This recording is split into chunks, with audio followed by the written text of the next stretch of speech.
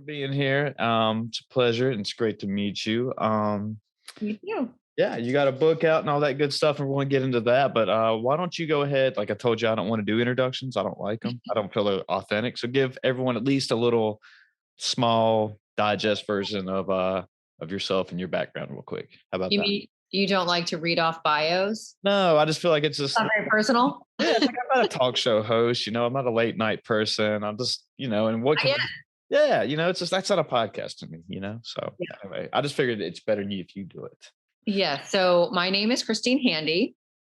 I am a mother of two sons who are 23 and 21. They keep me super busy, maybe more busy than my job. I am a best-selling author of the book Walk Beside Me. I'm a motivational speaker. I am on the board of two nonprofits, one called eBeauty and one called People of Purpose. I am also a model. I've been a model for 40 years. I just did New York Fashion Week last weekend and I'm still exhausted. And I guess I would be considered an influencer because I have amazing brands that sponsor me on social media platforms. That's always a good thing. Yeah. So Um, those are a few. Oh, and I also go to Harvard. I'm getting my master's degree in literature and creative writing. So I have a few hats that I wear. oh well, no big deal, huh? No big deal. I have no social life. Okay. Well, I got a bunch of questions coming up on that. So let's go back a little bit. So you said you were in the model, or you are in the model industry for 40 plus years. 40 years. 40 years. Yep. This year is 40 years. Yes. I started when I was 11. Yeah. So what got you started on down that road? I think that going back 40 years ago, I was told I was, at a young age, very, very pretty, such a pretty girl, such a pretty little girl. You should get her into pageants or modeling. And, Sure. and so that seemed like the right path for me. And I was an independent kid and I wanted to work. And so I started to model anyway, I just went to college and ended up modeling after college and modeled after I had my kids and modeled after I had chemotherapy and still modeling today. So after all of the kind of hurdles in my life or pit stops in my life, I went back to modeling. I had somebody on maybe 2, 3 weeks ago now that was also a model, and she was a lot younger and she's out of it now, but she like for a better word, shit all over the modeling industry. She didn't have a great experience. It was like a Yeah. 60-40 experience. She did have great times, but also it kind of played a lot with her mental health and her emotional health. Sure. And Yeah. I mean, if you don't want to talk about it, that's fine. No, I'm happy to talk about it. Okay, cool. Did you or did you have any experiences like that? It was just, goods and bads and Yeah, I mean, I think that's true of a lot of industries, but when you're in an industry that's completely dependent on what you look like, yes, that your self-esteem can get shredded in that industry. Now, you have to develop pretty thick skin. For me, I didn't have thick skin going into it, so it did, challenge me in many ways. I had an eating disorder for many years, which I was ultimately hospitalized for when I was 21 and kicked it. It didn't continue that. But I would say that contributed to the eating disorder, but I also have to take responsibility that it was something within me. It wasn't just the industry. Nobody was forcing me to starve myself, right? I mean, that was my doing. And so, but when you're up against when your main job is competition all the time, that can mess with you emotionally. And so, indicative of the industry, there's a lot of mental health juggling that has to take place, sure. gymnastics, so to speak. And at this stage of my life, I have a concave chest because of breast cancer, and I have scars pretty much most of my body for other reasons. And I don't have a self-esteem issue anymore. You like me or you don't, take it or leave it, doesn't matter. And I think that attitude, that kind of like unstoppable mentality, that self-esteem, that source of self-love that comes with inside of me, it just makes me more appealing, I think, to the modeling industry and other industries right now, because I'm kind of a force and it comes from inside, not obviously from the external beauty because it's changed dramatically. Yeah. And so the reason I think that they used me during used me during New York Fashion Week was because I have a story. And they're looking for people who have stories to walk the runway, right? It's newsworthy. So you put a 51-year-old woman on, that can walk, right? I've been a model for a long time and I can do it, on the runway, and it's a story. Well, how did you create that mentality? I mean, is that something just learning from experience and just sitting back and reflecting and just saying, "Hey, it's either beat this shit or let it, get ahead of me." Yep. I mean, is that Yeah. kind of what it Yeah. was? I mean, I think it definitely beat me for a long time in different stages of my life. It beat me for a while in the modeling industry. I was hospitalized for an eating disorder. It beat me in my health, right? I was diagnosed with cancer. I've had three other major health issues. But in the end, I didn't let it beat me Good. because, I stopped meditating on just the outcome. I stopped meditating on the trauma and I started to meditate on how can I show courage? How can I lead in this terrible situation? And so that became kind of my mantra. And so even now, I do a lot of interviews because I want to teach people like what not to do. And I think when we're pushed to the fire in our life, that's when we really figure out what we're made of. Yeah, And for me, I figured out I was made of fire. I mean, just unstoppable fire. I love it. When Yeah. were you diagnosed with breast cancer? 2012. So That's 10 years ago. years ago. Yeah. But I went through a lot of chemotherapy. I had no hair. I was really, really very sick. There were many days I wasn't sure I was going to wake up the next day. Does breast cancer run in your family, or was this just kind of sporadic, how it came about, or what? Yeah. Does not run in my family. I have no breast cancer genes. It just came. Well, who knows? They don't know. Yeah, it's always new research coming out each day about it. Hopefully. Um, I mean, but so I mean, how was that part of your life? Before, being 40 plus years and 10 years ago, coming up with breast cancer. I mean, how did that impact your life?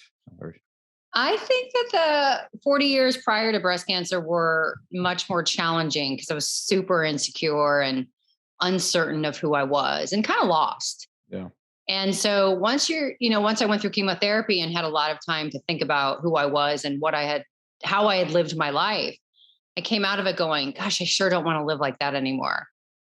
And I just filled my time in my life with different things. I went on boards of charities and I went to, I decided that I was going to use my story as a resource for other people and show how not to do it. And it's very vulnerable. It's not easy to do. And you get criticized for it, right? If you share like the deep, dark, and the ugly, like in my book, there's critics out there, but I didn't really care about the critics anymore. There were too many people that I could help by showing them what not to do, how not to idolize materialism and idolize things of this world. Because when we go down that road, it's so depleting and it's not sustainable. no, not at all. I mean, I think a lot of society now just prides itself on materialistic things, and it's almost a status saying, Of course. yeah, being successful in life. Yeah. I forgot who said it that, but I was heard it, read it. I can't remember. But they said once you get a Rolex, that means you've been successful in life. It's like, Yeah. You've made it. Yeah. everybody's got their own definition of success. Everybody has their own definition. Listen, when I was walking, this is a perfect example, and I want to post this on some sort of social media. When I was walking in New York Fashion last week in New York shows, which by the way is like the epicenter, right? If you're a model, like Yeah. you want to get to that point.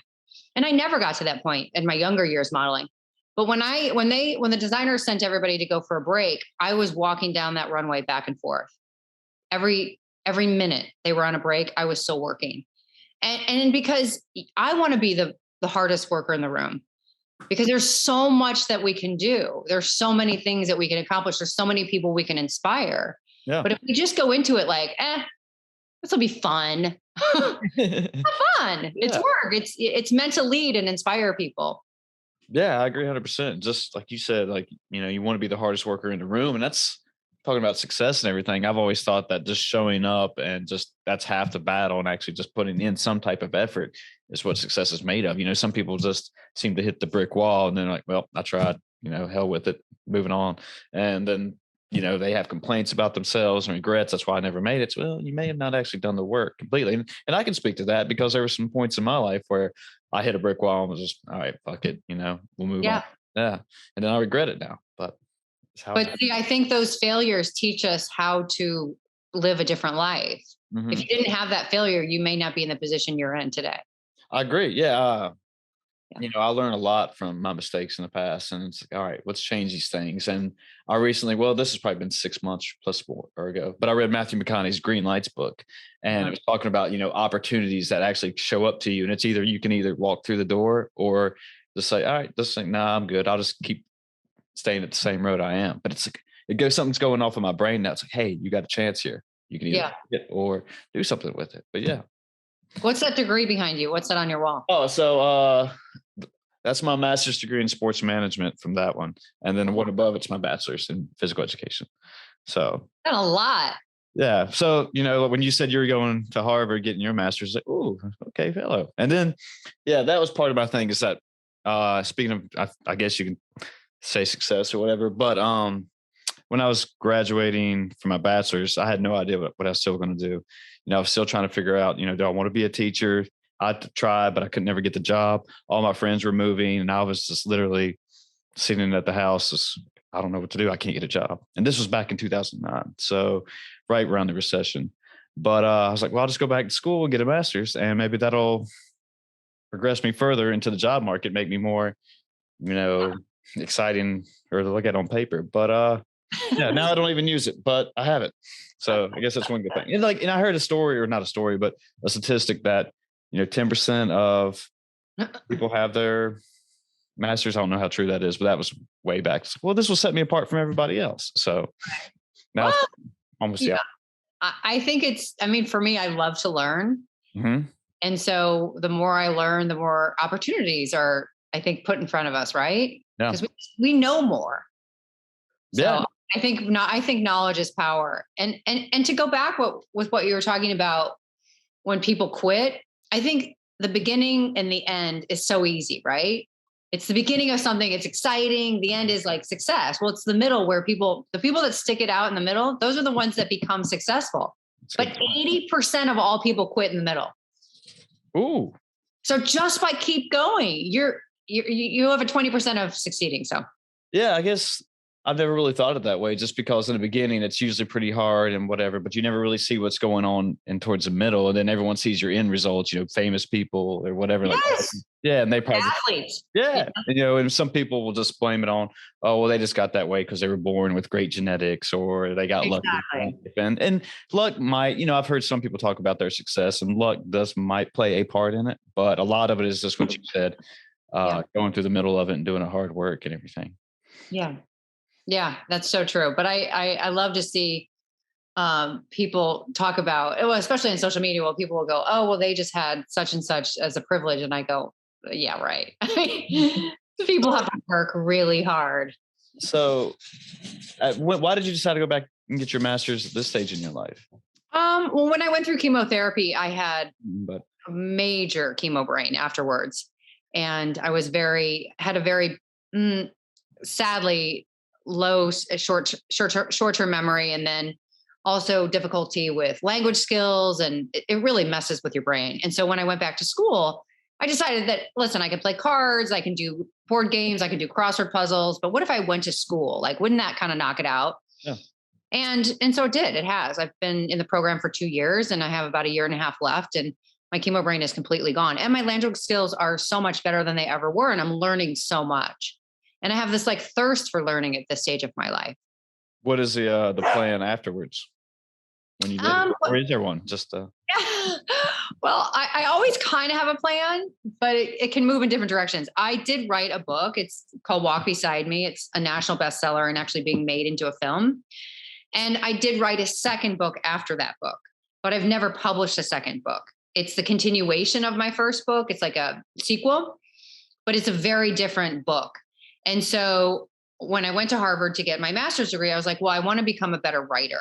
And so I keep kind of critiquing and editing the second book that I have not published with the learning that I'm going through right now. And so I think I'm going to use that book as my thesis at the end of the master's program. ooh, you're doing the thesis part of it. I have to. Yeah, well, with mine, I had two different tracks. You could either write a thesis, in which I really wish I would have done now, because I had no desire to get my PhD at the time, but I did an internship program where you actually go into an athletics department. And, Oh, yeah, amazing. yeah, and so I was like, I want to do that. That's that because that's what I thought at the time I wanted to do with my life.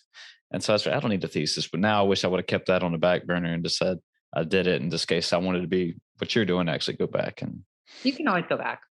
well, I've thought about that, and then a lot of other different things come up with my head or in my mind. It's like, is it really going to help me? Do I really need it? But yeah, I don't know. But yeah, I keep it on back burner. I think our brains always need to learn.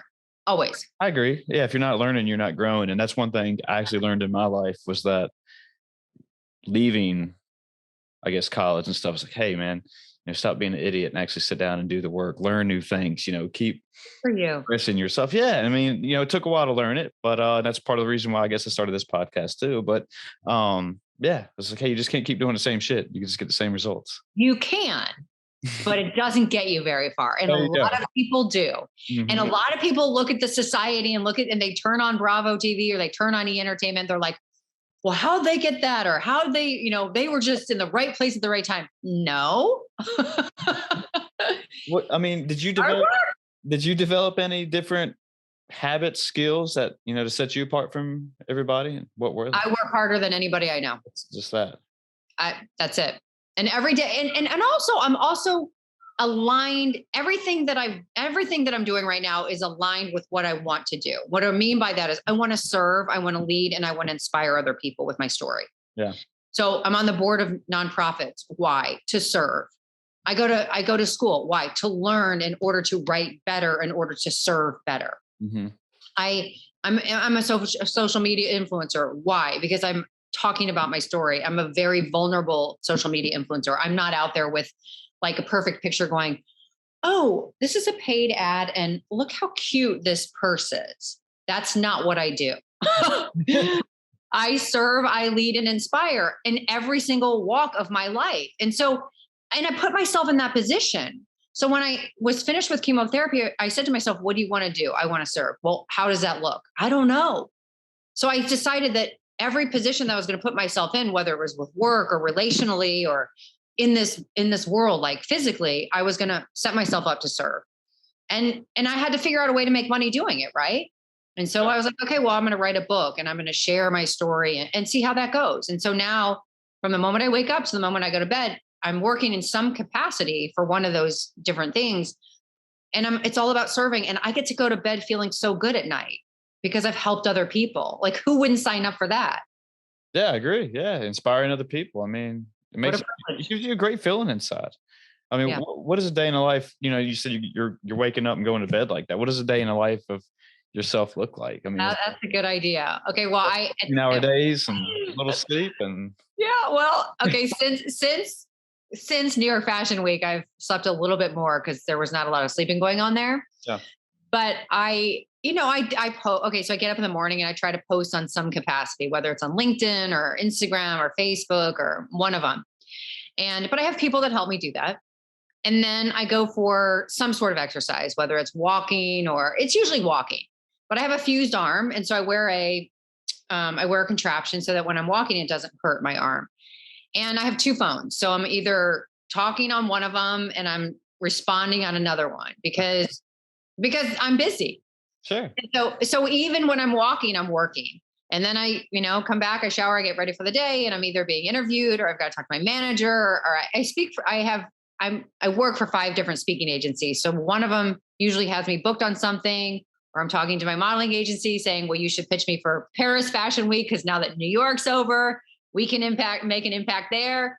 And I'm talking to the producers of the film. And then, by 5 o'clock, I'm sitting on my porch and on my computer and responding to emails and having some dinner. And I get in bed early and I get up early. So, I don't have much of a social life because I feel like I can make an impact in this world. And I'm just so focused on that right now. The social life will come later. I agree. Have you ever heard, like you were saying, like while you're exercising, you are actually working, and there's a thing that if you have a problem, people say you should sleep on it. Well, there's actually one that also said, well, you actually should walk on it too. Oh, I love Yeah, that. yeah. So if you go walking and actually get your brain firing and actually Yes. maybe take a little bit off your brain at that point, they'll actually come to you, kind of like when you used to sleep on. It comes later. And Yeah. it's kind of, That's good. like and during my workouts, like I usually, if I have problems at work or whatever, it's like something will spark or say, hey, why not do that? But yeah, I just wondered if you'd ever heard that before. That's a good idea. When I kind of turn off everything when I'm walking, I am filled with more creativity. Yeah. So you're right. That's probably something I should do. Where, what do you do to work out? I'm one of them CrossFit guys. Okay. That's hard work. Yeah. So I fell in love with it probably 8 years ago and That's awesome. just kept the party going. So, I mean, Good. I told somebody one day, it made sense to me. It Just does make because, sense. well, for me, just because, after leaving college and stuff, I needed something to keep me competitive and keep me in shape because I always loved working out and the fitness part of it and all that. But it like brought the best of all the worlds. Like you could still make friends. It's a social aspect of it. I could stay in shape and it was still, one of these mentally and physically brutal workouts. And I Yeah. never experienced anything like that. And plus, I work out with a lot of police at my gym and some other. Police. Yeah. And so it's just like, I'm not doing the same thing that they are doing their jobs, but it's like, hey man, Right. we're kind of going through hell together on this tough workout. And it kind of, Love that. so yeah, camaraderie aspect of it for me. And Just gonna use that word. Yeah. and I've made a lot of great friends out of it. So I just kept it going and I've started competing in it. And yeah, then I went and got certified in it and saw a coach on the side. And That's yeah. amazing. So Good for you. yeah. So Where do you live? Virginia. Okay. You know where Virginia Tech is? Yeah. Yeah. I'm literally like 20 minutes from there. Nice. So in that part of Virginia. So people up there still respect the police, I hope. Yeah. So Well, here in uh, Miami, they do. Here in Miami, they do. it's better now. So when at first, the Black Lives Movement started and was getting big and George Floyd, it was from what some of the officers told me, it was pretty rough for him right there. But it seems to have calmed down some in this area. Um, Yeah. yeah. So I would say for the most part, yeah, we didn't have to deal in my area with what other cities were doing. So Yeah. Like Chicago. yeah, like Chicago, Baltimore, all that. I'm pretty close to Charlotte, and I don't know how much trouble they had down there, but Yeah. yeah. So yeah, I mean, Yeah. not to go on a political soapbox here, but No. That's not political. It's just, uh, it's caring about other people. but yeah, well, that's usually what I do to try to keep my fitness Yeah. game up and everything. So, and it's taught me a lot too, as far as nutrition and Yeah. helping others with their goals and what the body likes and doesn't like and what works for me and not for everyone else. So keep learning Well, all that. I think that's one of the most important things we've all learned during COVID and the lockdown is that we do need each other. Hmm. And companionship and camaraderie and people cheering each other on and people being there for each other, not just in a screen, but physically Yeah.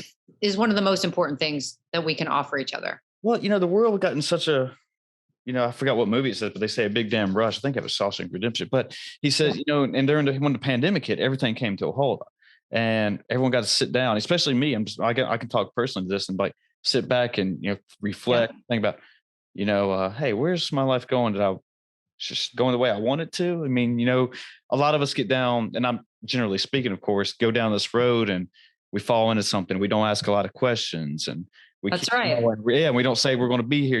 I'm not going to do this forever. And then you don't, like I said, you don't ask questions. And 10 years later, 15 years later, you're still going down that road, and finally you can stop and think, oh, wait, was this what I set out to do or not? Right. Yeah.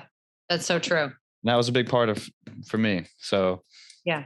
That was a pause. It was almost like a pause. Everybody took a pause. mhm. And it could have been a time for introspection, right? Yeah, Or fear or panic yeah, or all of it. yeah. It could have been Yeah. whatever you wanted it to be. Exactly. Kind of. Yeah. Well, I think in the first part it was fear, and I mean, I'm not downgrading or speaking bad about the pandemic at all, but I think at the beginning, You don't have a choice. You yeah, it was fear. And existed. nobody knew anything like this. Nobody knew what was going on. And then now it's, I work on a college campus. I'm working higher ed, and there's some colleges or some students are like, oh, it's just COVID, whatever, we don't care, and that it's like people stop taking it serious. So like, Right. it's just like, hey, it's just COVID, it's not a big deal. We don't. It's like, yeah, well, it kind of is a big deal. It's just, and because they were having COVID parties and stuff, Just to get it? just to get it. And because they didn't care, because, if you look at the statistics and stuff, like, oh, we're pretty healthy, we're fine. It's just going to be a bad cold, especially the newest version, Omicron or whatever. Now, I'm not advocating for it by any means and saying that was great, but I'm just saying that was what was kind of going around. Did you ever get it? Knock on wood, I have not got it yet. I guess I should say yet, but I was exposed twice and test came back negative. So I could have been asymptomatic. I don't know, but I am vaccinated and all that, or vaccinated. So, but as far as I know, I haven't got it. Yeah, interesting. Well, same. Haven't gotten it. We'll Really? see. No, no. And I travel. I mean, I've been traveling since, well, like May of 2020. I'm on the road. That's impressive. If you've been traveling that much and you still haven't gotten it. Yeah. And I had another health issue when in the May of, well, March, April, and June of 2020, when the whole world was locked down. I was in and out of the hospital for a lot.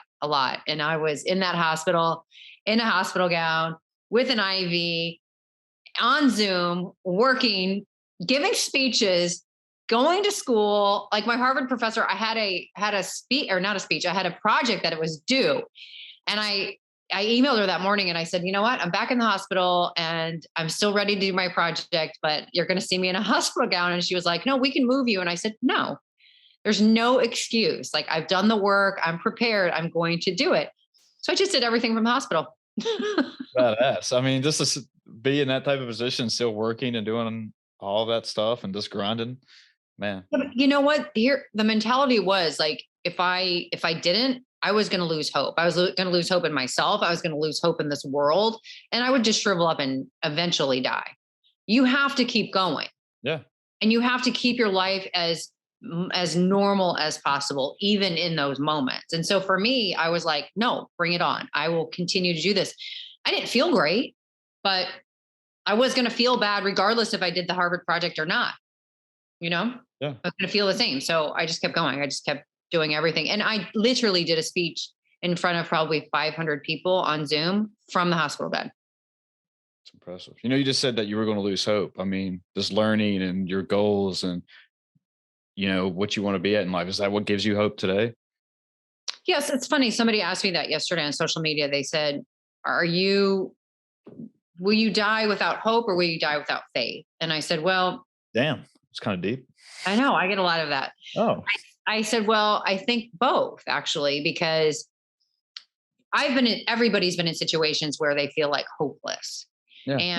And it hasn't always been traumatic things that have happened necessarily to me, but maybe to my kid or something. Like when you're a mother and something happens to your kid, that's maybe more traumatic than anything. And so when I have had moments of feeling hopeless, those are the moments where I want to quit. I don't want to move on in this life. But when you have hope, for me, I feel like there's nothing I can't accomplish. Yeah, I agree 100%. I mean, it's what gets you out of bed in the morning and keeps you going. Hope is critical. Hope is critical. Yeah. And I don't think you can't depend on hope from other people. You have to have it from yourself. No. That's one thing I've learned is that trying to depend on other people. And most people have a small support group and everything, but I mean, I think it only gets you so far. It's still up to you. Like we've been saying that to get through the rest of it. And you have to be your own cheerleader. There you go. That's a good way to put it. Honest to God. I mean, I'm my biggest cheerleader. That's not pride. That's not ego. That's self-survival. If I relied on this world to cheer me on, if I relied on like social media to cheer me on, forget it. My self-esteem would be shattered every day. Some people are so dependent on likes and comments and things like that. Man, if you count that as your measure, you're going to be very depleted. You're going to live a very sad life. Yeah. I forgot where I was reading it at, but they were talking about how people with mental health issues are dependent so much now on the social media. And like, if they don't get X amount of likes, loves and stuff, it just crushes them. And I get it, it's engineered to spark those little dopamine hits, into our brains. We're sitting there staring at our screens, just, we gotta like, they love me. And then when you don't, it just takes you down a dark road. Yeah. Talk about modeling industry. Yeah. And first, it's a scary road. We've almost you think we've gotten too dependent on technology? I do. I mean, but I'm 51, so I'm in the older group. But I do because I think human connection is critical. And if we're so dependent on the phone and the computer, then we have less human connection. And I think that's why our suicide rates are up. I think that's why our mental health, rates are getting higher and higher. People are more dependent on medication. And I think that's why it's happening. Yeah, I agree 100%. I mean, did you ever watch that documentary on Netflix, Social Dilemma? It was just basically just talking about exactly what you were just saying. No, but I know I've heard about it, but I agree. I mean, when I was going through chemotherapy, my oncologist said to me, because I had a port and the physical pain was intense, right? Not just from the chemo drugs, but from surgery. So there was all this physical pain, and to negate that physical pain, my oncologist said you need people to touch you, like rub your hands or rub your back, or, I didn't have any hair, but touch your head or rub your feet, because you have to negate physical pain with human touch, with not pleasure. That's not pleasure, but just like somebody, caring about you. And I think that's true of everyday life. Like there's going to be arrows flying all over the place. We're going to be knocked around. Like that's life. But you have to have people, yourself included, that negate that. Right. Yeah. And I think that's another reason why self-esteem is so critical. You have to build up a really big self-esteem, self-awareness, self-love, self-care, and figure out how to do that best for you. Like you probably do it in your workouts. You probably do it with that camaraderie. Yep. And that's critical for you. Now take that away, and I'm telling you, your life will look different. But people just recognizing that is half the battle. I wanted to ask you, we were talking about self-esteem, self-awareness, and, uh, you talk, and I know this does not relate to you and by any means as far, but, when I lost my hair, did you lose your hair during chemo? I think you said that. Yeah. So I started losing my hair late 20s, and it was just male pattern baldness. Uh, but, at that point in my life, I was like, oh shit, I'm 25, 26. I'm already losing my hair. I mean, and it kind of fucked me up, I mean, not hard, but I was just like, what do I do? I went to a doctor or the dermatologist, and I was like, I don't want to be the guy like combing it over, being the comb over guy. I was like, I still got it, and he's like, yeah. And he's like, yeah, you can either take Rogaine, take a pill, or just embrace it. And Cut it off. yeah, and that was my decision. And then, and it worked for me, and I feel like it did. But I mean, was that tough for you at that time? And I also have somebody else close to my life that deals with alopecia, Uh, and yeah. yeah. So, and, Well, yeah. I think it's really hard for people. It was hard for me. I felt like my hair was part of my identity. And when I lost my breasts, I felt the same way. And people who used to say to me, well, it's no big deal. It's just hair. It's not your life. That's so dismissive, right? Yeah. Doesn't make it feel better. No. And unless you're the one going through it, you don't really know what it feels like. And so that's why I actually wanted to be a part of this charity called eBeauty. It's a wig exchange program. Oh, It's for women who are going through treatment who don't have the resources to buy a wig when they are bald. And so we give them as a free resource. We have partnered with L'Oreal, who gives us grant money, and Paul Mitchell salons, who wash and style our wigs for us. And then we ship them out to women who can't afford a wig. And it's been really an interesting process to be a part of, because it's for people who can't afford it. I could afford a wig, and I was very lucky. yeah. For me, when I lost my hair, I wanted to wear a wig. Some people don't want to. It's personal preference. And my kids wanted me to look like their mom. My kids wanted me to have a blonde wig. And so being a part of that type of service or nonprofit has been very rewarding and interesting for me. So yeah, losing your hair is traumatic.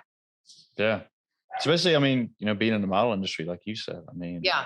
No, I was very much dependent when I was diagnosed with cancer on my external value. And when that was taken away, I had a really hard time figuring out who I was inside. It took me quite a while.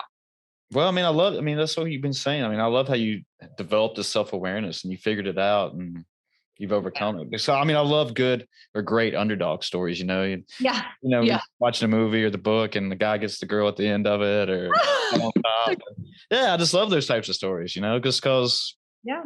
it's like, you almost think that you could hit this dark path in your road and you just give up. But if you keep pushing through, Good things. Give up or do things that force you to give up, right? I mean, despair is its own illness in a way. I've seen women who've gone through, half of what I went through and they chose despair to some extent. I think part of it is a choice and they just never came out of it.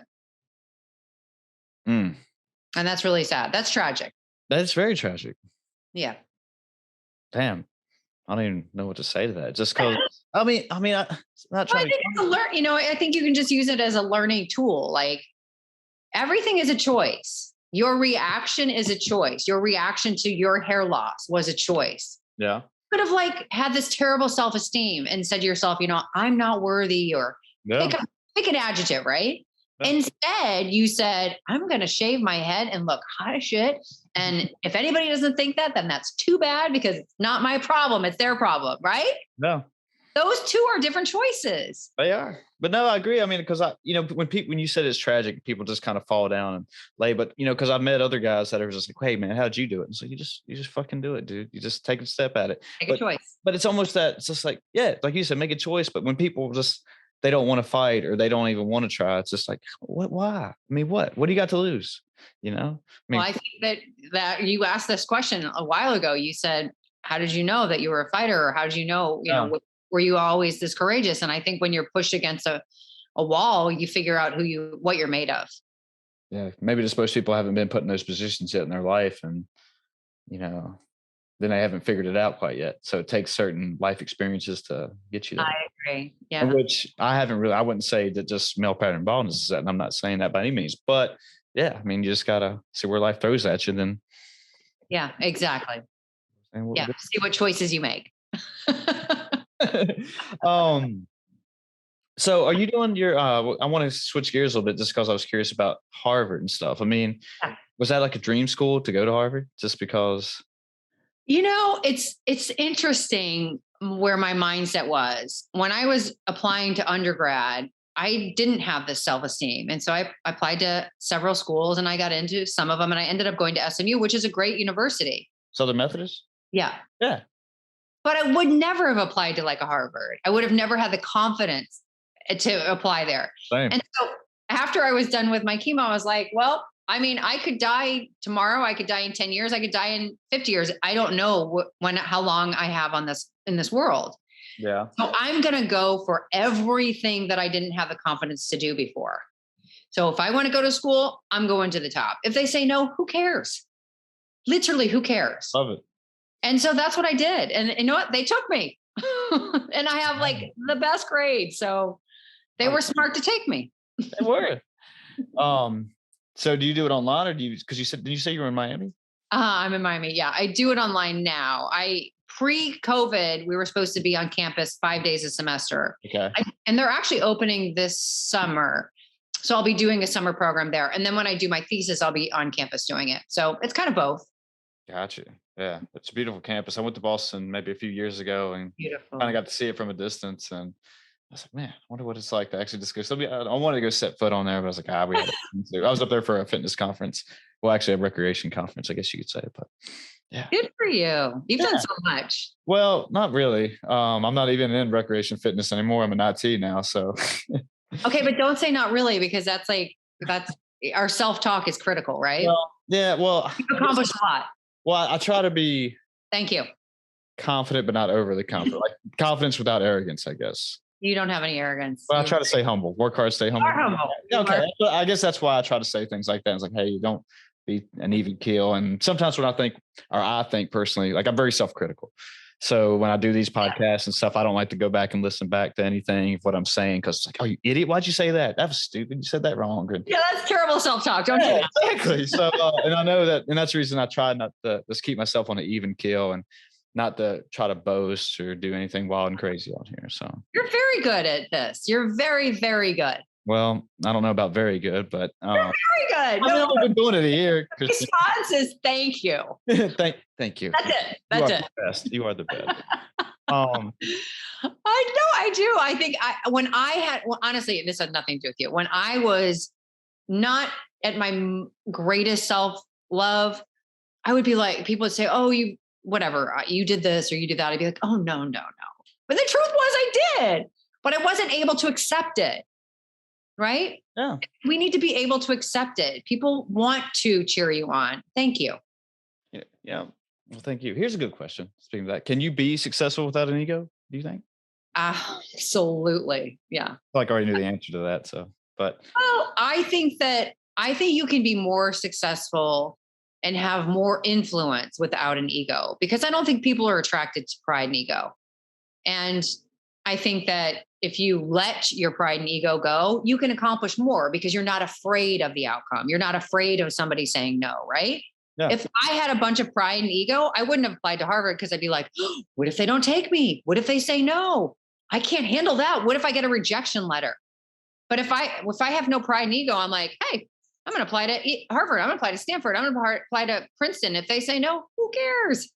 You know what I mean? I agree 100%. And, I got a follow up question, and I kind of feel like I know the answer to that. But do you think people are scared to be successful? Generally speaking? I do. I do. I think that for part of my life, I think when I was a young model, I was very, very afraid of success in the modeling industry.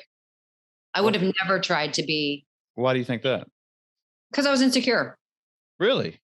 Oh, so And insecure. just, like being that young, being into the model industry, and you were afraid of being successful. I was very afraid. I didn't have the confidence to think that I could accomplish what I saw other people accomplishing. I would say if I didn't get a job, I would say, of course they didn't pick me. Of course they picked her. I mean, that's just like, that's self dismissive behavior. That's self cutting in a way, right? Now, I was in New York Fashion Week by 4 designers. There were other designers that didn't pick me, but the other designers that didn't pick me, it's not that I wasn't worthy of being picked. They just picked different people. It's not personal to me, right? Yeah, I'm listening. Yeah. So when I was young and it was personal to me because it was wrapped up in pride and ego, I wouldn't have put myself in front of other brands necessarily. I would have said to my manager, to my booker in the modeling industry, oh, don't put my comp in front of that person. They're not going to want me. Right. Yeah. That's afraid of success. Do you ever deal with imposter syndrome? I used to, not anymore. Hmm. Never, not since I went through chemo. I understand it. I recognize it in people. I respect it because I've been there, but I don't do it. That's good. Yeah. That's great. I think you have to go through things in life in order to not care what people think of you, in order to build yourself into a place where I am. Unfortunately, I went through a lot to get here. But I mean, people don't push me around. They used to, not anymore. Was that just because of being in the modeling industry and just, being a woman in the modeling industry? Because, like I said earlier, a few weeks ago, that's kind of what it was. That the male alpha males would just usually try to take over and Oh like, yeah. Yeah, that happened. "We're gonna do That what I happened. want you to do when I That want you to do happened. it." Yeah. Yeah, I just was pushed around by people in my life. And then when I was, obviously went through something like cancer where somebody said, oh, this is your chance of survival, you quickly decide who you're going to let push you around anymore. Your time is limited on this earth. You want to spend the rest of your life doing so. I mean, for me, I wanted to do something with my life, and I was not going to listen to those voices in my head anymore. I had to really get rid of a lot of people in my life. Was it tough cutting out those with toxic people in your life? Yeah. Yeah. It Because was. I always think about doing like that. It's just like, It is hard. Yeah. yeah, It's hard on both sides. Yeah. but you did it, and that's It takes a lot of bravery to do that, I think. yeah, Yeah. A lot of courage. man. That's great. And yeah, it works. Some people are just, I feel like, are afraid to do it because, I they're think like, people, yeah. what you just said, just they're worried about what people will think of them, and then worried about, oh, I might need this person later on down my road, and then what if they hurt, whatever. But that's the reason they never make the change. And some people don't like change. That's fear based too. Yeah. Fear, that's a lot of fear.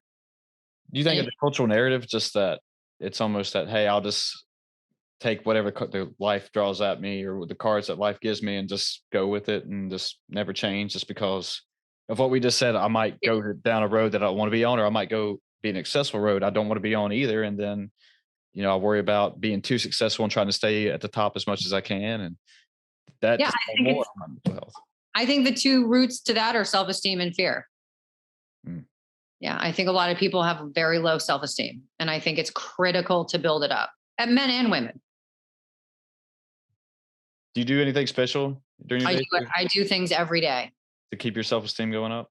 every single day. I'm constantly taking inventory of what I'm listening to in my own brain, outside of my own brain, like on my phone or on TV or on apps or on social media. I don't follow people that are like, no offense to Kim Kardashian. I don't follow people like that. Ooh, And so I try to follow people that inspire me. yeah. And so if I'm constantly putting myself in positions to be inspired, then that's nurturing my soul. That's not tearing me apart. But if I sat here and watched the news, right, which is fear based, or I sat here and watched entertainment all day, which is comparison based, Yeah. my self esteem would be different. But I choose not to do that. And if I say something negative about myself, I stop it immediately and go, that's not self care. That's not what is healthy for you. And I stop it and I change that talk. I change the tape in my head. I can go back to all those tapes where I felt shame, or when I was bullied, or when people weren't treating me nicely and I didn't feel worthy of their love. I can play that tape all day long, but all that does is cut my self-esteem. I'm not going to play that tape anymore. And I also have a picture of myself as a baby in my bathroom and one in my living room. And every time I walk by that picture, I go, I'm going to protect you. Hey. To yourself.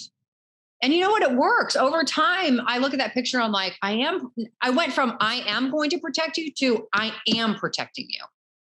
That's awesome. It's a shift. Yeah, yeah, it's all about the mindset, like we were saying earlier. But, It's practice. and It I takes practice. and I know we just touched on technology earlier, but, that's what a lot of people, I don't feel like, don't understand, is that just because they're scrolling or mindlessly scrolling through Instagram and they see somebody like Kim Kardashian, it's like, hey, what value is that profile or whatever you want to say picture bringing to my life? It's besides just, comparisons of thief of joys that Exactly. Exactly. and then and that's what starts all the the dark arts, I guess we could say, of the mind taking over, and then Yeah. you going, yeah, that's going down what we've been talking about. I don't want to go back in You circles. know, you know. Yeah, but I mean, because I've been through it. I've actually went through my Instagram followers too, and just like, you know what? I don't need them in my. I don't need this. I don't need to get on here and just see you, Yeah. whatever. So, but yeah, I wish a lot of. I guess what I'm trying to say, make my point is, a lot of people need to start doing that. Well, hopefully by this podcast and others, that people will start to listen and start to take inventory, right? Yeah, yeah. Yeah. Take an inventory. I like that. Thank you. Yeah, I mean, just I've never thought of it like that. But hey, take an inventory of yourself. But But do it in every area of your life, like relationally, work wise, social media, every area of your life, take inventory. yeah, it's a good practice for sure. Great I've practice. never heard it said like that. Said like that, I guess. So, but it makes sense to me. Yeah. I think Good. it's funny. So, I know we got a few minutes left here, and I like to do a little. I've been kind of testing a little, like, would you rather questions, Okay. I love it. and it's nothing like wild and crazy and vulgar and stuff, but it's just Okay. just a little sense to know you I a love little bit better. Okay, like we'll start off small here. Okay, here we go. Would you rather always have a full phone battery or a full tank of gas? A full tank of gas. Uh huh. That's what I would have said too. I think you would have. Yeah, no, it's like I went to get groceries this morning, and I think gas was at 3:30. I was like, damn, like shit again. Like I remember when it was below 3. Okay, I feel like that was an easy one. Okay, That was an easy one. okay, I feel like this would be a good one for you. All right. Okay. Would you rather be chronically underdressed or overdressed? So that one's difficult for me because because I went through chemo and I've had 23 non-elective surgeries and a lot of chemotherapy. I was always in like sweatpants, and it made me feel bad. Like I felt like I was the sick girl. So now when I'm dressed up, I feel better. And it's not to be like, yeah. So right now dressed up. Yeah. No, I mean, I love wearing, I'm just wearing like my jacket I wore running this morning, and my gym pants. But I mean, because I love just lounging around in that stuff. But when you put on the power suit, power tie, Yes, you feel I good. love it. I'll go into a wedding. It's like, Yeah. just walk in there with a new swag about yourself. So I don't know. I had a tough one with that too. But I know I always get a big confidence boost and a big morale boost when I put on a power suit and power pad. I agree. You Yeah. tie like the Windsor knot, get that fat knot going. For guys aspect of it. Yeah. I don't know what girls think, but that's my Love that. I love that. um. Let's see. Let's see. Give me a hard one. Okay, I'll try. All right, this might. I don't know if this will be a hard one. I asked Okay. this one the other day. Would you rather all of humanity be able to breathe underwater, fly, or be able to communicate with aliens? I kind of think fly. Mm. I don't know. I think it's because I live in Miami and there's so much traffic. I think if we just were flying, there would be so much traffic. Well, no, I agree 100% with that. I mean, my area is hardly no traffic at all at any times. But yeah, I don't know. I think. I don't know if I want to talk to aliens though. It's so out there. What do you mean? Like, I can't go there. well, all that alien talk that was happening during the pandemic, I guess it still is, but nobody cared, when the government was supposed to release all that UFO stuff they had. And it's like, whatever happened? I never heard anything more about it. Like, I thought that was gonna be big news, and I never followed up either. But that's the reason I was like, well, I'd like to know, Independence Day, are they coming to? That's fantastic. So, When you find out, email me. okay, I will. I'll write a note, but maybe one day. But also that I heard a statistic that I haven't done it, but humanity's only discovered like 10% of what's in the ocean. I don't know if that's right. So Yeah. the water, that might help. But Yeah. let's see. I don't know if I have a hard one for you. I don't know. Would you? All right. Okay. This might be one. It's a matter of opinion. You're granted the ability to time travel and visit your past self. Oh, You're only allowed to speak 10 words. to your past self? Yeah. What year do you go to and what do you say? Oh, I got this one. 1980. I will protect you. You are worthy. Ooh. God is great. I will. That's 10. 10 words. That was great. I kept here thinking like, man, what am I going to say? I kept going over 10. Your message is a lot better than mine that I had for that one. I told myself I'd go back to high school and tell myself to invest in Bitcoin or something. Goes back to self-esteem. Okay, let's do one or two more and we'll take Okay. the thing home. If you could have an endless supply of anything, what would it be? A couple things. Emotional wealth. Mm, One. that's great. Time with my children. I agree. Yeah. I don't have any kids. I'm a single dad of 2 wiener dogs, but Yeah.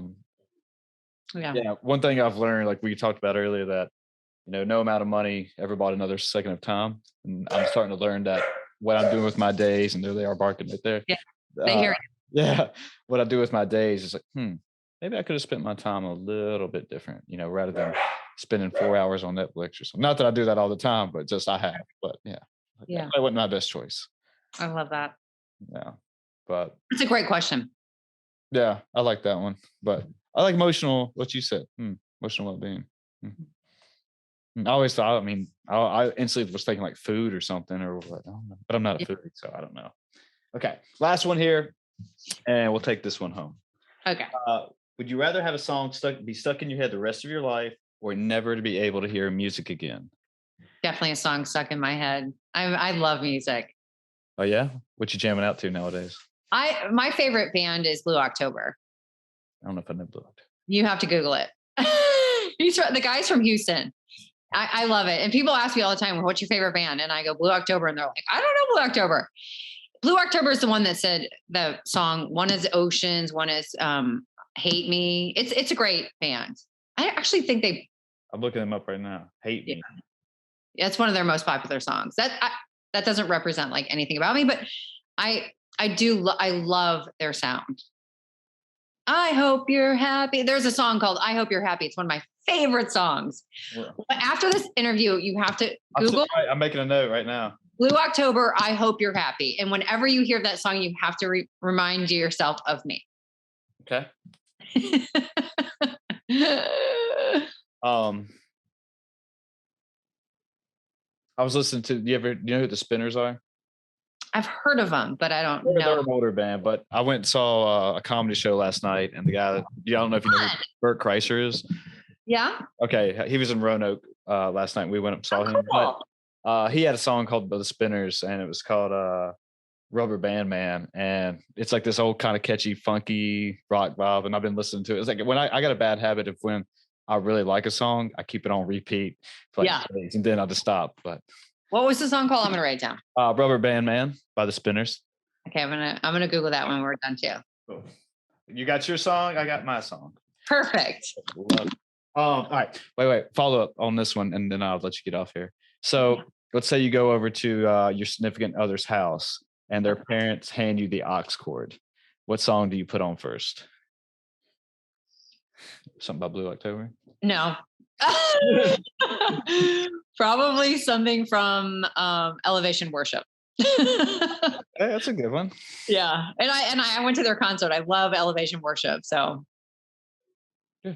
Yeah. yeah. Yeah. I had trouble with that one too. I was like, I have no clue. I mean, I was trying to think of something kind of fun to dance to or whatever, but yeah, I had no Well, clue. I'm a different generation than you are. You can put on like Drake. I have to put on Elevation Worship. I think you could put on Drake. It's just a matter of, well, was that great or not? But I can't put Drake on. oh, maybe. I mean, I'm just not saying you can. It might not be the best choice, but you could. But Pitbull. I could put Pitbull on. Mr. Worldwide, do it. I love it. He's a Miami guy. Yeah, I love Pitbull. I love his stuff. I had this theory, and I know we're kind of getting off topic. No, that's okay. I had this theory that if you listen to that type of music, like Spanish music or whatever, that you could actually try to learn the language that way. And I actually tried going down that road, and because I would actually listen to what they were saying and write it down and go to Google Translate, or I also work out with somebody who speaks Spanish, and I would ask him, it's like, hey, am I saying this correctly? And so you have a thirst for learning. I love that about you. yeah, well, like I said, I found out that hey, I want to grow and do stuff, and that's the way you do it. Is that you learn, you ask questions, and you do things that you get out of your comfort zone, and you just good for you. yeah. I mean, like I said, earlier, that it took a while to learn that part of it. But when I did, I was like, hey, I like this, Yeah. I can't wait to watch you soar. It's fun. Wings and fly, baby. Exciting. I appreciate that. That. Okay, let's take this home. I don't want to be respectful of your time. So if anybody wants to find out more about you, find your book, find your Instagram, if you want to give out all that good stuff, how do they do that? Well, my website is christinehandy.com if anybody goes to websites anymore. And I'm Christine Handy 1 on Instagram. And if you could just Google Christine Handy, a bunch of stuff comes out. Is that easy? Even emo pictures. Easy. Anyway, thank you for having me. This was fun. Great. I'm glad you enjoyed it. I'm glad you came on, and I enjoyed talking to you as well. Is there anything else you want to say before we call it? I think one of the things that what continues to inspire me is whenever I'm able to surrender in my life. Like sometimes we are we try to control so much. It's fruitless. It doesn't help. Just surrender. Just surrender. Write that down too. I like to write little notes down with each one, I guess I remember. So, all right, cool. This was great. Again, I really appreciate you, and it was great meeting you and doing all this. So, likewise. Good. Okay, folks, we're out of here. Be good to yourselves.